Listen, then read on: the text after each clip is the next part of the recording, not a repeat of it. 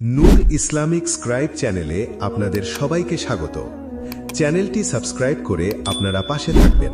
তুমি কি জানো আমাদের কিছু সাধারণ ভুল, কিছু অভ্যাস, কিছু গোপন কাজ এসবই আল্লাহকে এত বেশি রাগান্বিত করে যে তা আমাদের জীবনকে অন্ধকারে ঢেলে দিতে পারে? যদি আজ তুমি জানতে পারো কোন কাজগুলো আল্লাহকে সবচেয়ে বেশি রাগান্বিত করে, তাহলে হয়তো তুমি আজ থেকেই নিজেকে বদলে ফেলতে পারবে। তাই পুরোটা মন দিয়ে শুনো, আর এমন গুরুত্বপূর্ণ ইসলামিক কন্টেন্ট পেতে এখনই লাইক দাও, সাবস্ক্রাইব করো এবং অন্যদের সাথে শেয়ার করো, কারণ এটা শুধু একটি ভিডিও নয়, এটা তোমার জীবনের পরিবর্তনের শুরু হতে পারে। আল্লাহ সুবহানাহু ওয়া তাআলা আমাদের সৃষ্টি করেছেন ভালোবাসা দিয়ে, দয়া দিয়ে, রহমত দিয়ে। তিনি চান আমরা ভালো থাকি, সৎ পথে চলি, জান্নাতের অধিকারী হই। কিন্তু যখন বান্দা সেই পথ ছেড়ে বারবার ভুল পথে চলে যায়, তখন আল্লাহর অসন্তুষ্টি প্রকাশ পায়। আল্লাহ কখনো অন্যায়ভাবে রাগ করেন না, তার প্রতিটি রাগের পেছনে রয়েছে ন্যায় বিচার, সতর্কতা এবং বান্দাকে সঠিক পথে ফেরানোর আহ্বান।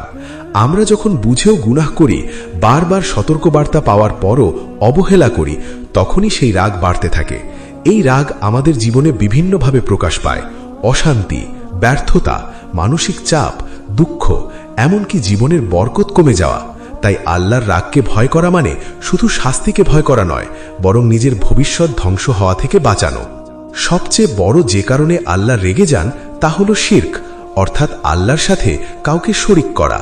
এটা এমন একটি গুনাহ যা সব ভালো কাজকে নষ্ট করে দেয়। তুমি নামাজ পড়ো, রোজা রাখো, দান করো, কিন্তু যদি অন্তরে বিশ্বাস করো যে অন্য কেউ আল্লাহর মতো ক্ষমতাবান, তাহলে সেই বিশ্বাসই তোমার সবকিছু ধ্বংস করে দিতে পারে। অনেক সময় আমরা সরাসরি শিরক না করলেও কিছু কাজের মাধ্যমে অজান্তেই শিরকের পথে চলে যাই, যেমন তাবিজে অন্ধবিশ্বাস, কবরের কাছে গিয়ে সাহায্য চাওয়া বা এমন কাউকে ভয় করা যাকে আল্লাহর চেয়েও বড় মনে হয়। এসব ছোট মনে হলেও আল্লাহর কাছে বড় অপরাধ। তাই আমাদের ঈমানকে পরিষ্কার রাখা, শুধুমাত্র আল্লাহর উপর ভরসা করা, এটাই সবচেয়ে গুরুত্বপূর্ণ। এরপর আসে নামাজ অবহেলা করা, যা আল্লাহর রাগের অন্যতম বড় কারণ। নামাজ শুধু একটি ইবাদত নয়, এটি আল্লাহর সাথে আমাদের সরাসরি সংযোগ। দিনে 5 বার আল্লাহ আমাদের ডাকেন, কিন্তু আমরা যদি সেই ডাকে সাড়া না দিই, তাহলে এটা আল্লাহর কাছে কত বড় অবহেলা একবার ভাবো। অনেকেই বলে সময় নেই, ব্যস্ত আছি, কিন্তু আমরা কি সত্যি আল্লাহর জন্য 5 মিনিটও সময় দিতে পারি না? যখন কেউ নিয়মিত নামাজ ছেড়ে দেয়, তখন তার অন্তর ধীরে ধীরে কঠিন হয়ে যায়, গুনাহ সহজ হয়ে যায় এবং আল্লাহর রহমত থেকে সে দূরে সরে যায়। তাই নামাজকে গুরুত্ব দেওয়া মানে শুধু ফরজ পালন করা নয়, বরং আল্লাহর রাগ থেকে নিজেকে রক্ষা করা। আরেকটি বড় কারণ হল গুনাহ করার পর তওবা না করা। মানুষ ভুল করবেই, এটা স্বাভাবিক, কিন্তু আল্লাহ চান আমরা ভুল বুঝে ফিরে আসি। যখন কেউ গুনাহ করে কিন্তু মনে অনুতাপ নেই, লজ্জা নেই, বরং সে গুনাহকেই স্বাভাবিক মনে করে, তখন আল্লাহর রাগ বাড়ে। অনেক সময় আমরা ভাবি এটা ছোট গুনাহ, একটু করলে কিছু হবে না, কিন্তু এই ছোট ছোট গুনাহই একসময় পাহাড়ের মতো বড় হয়ে যায়।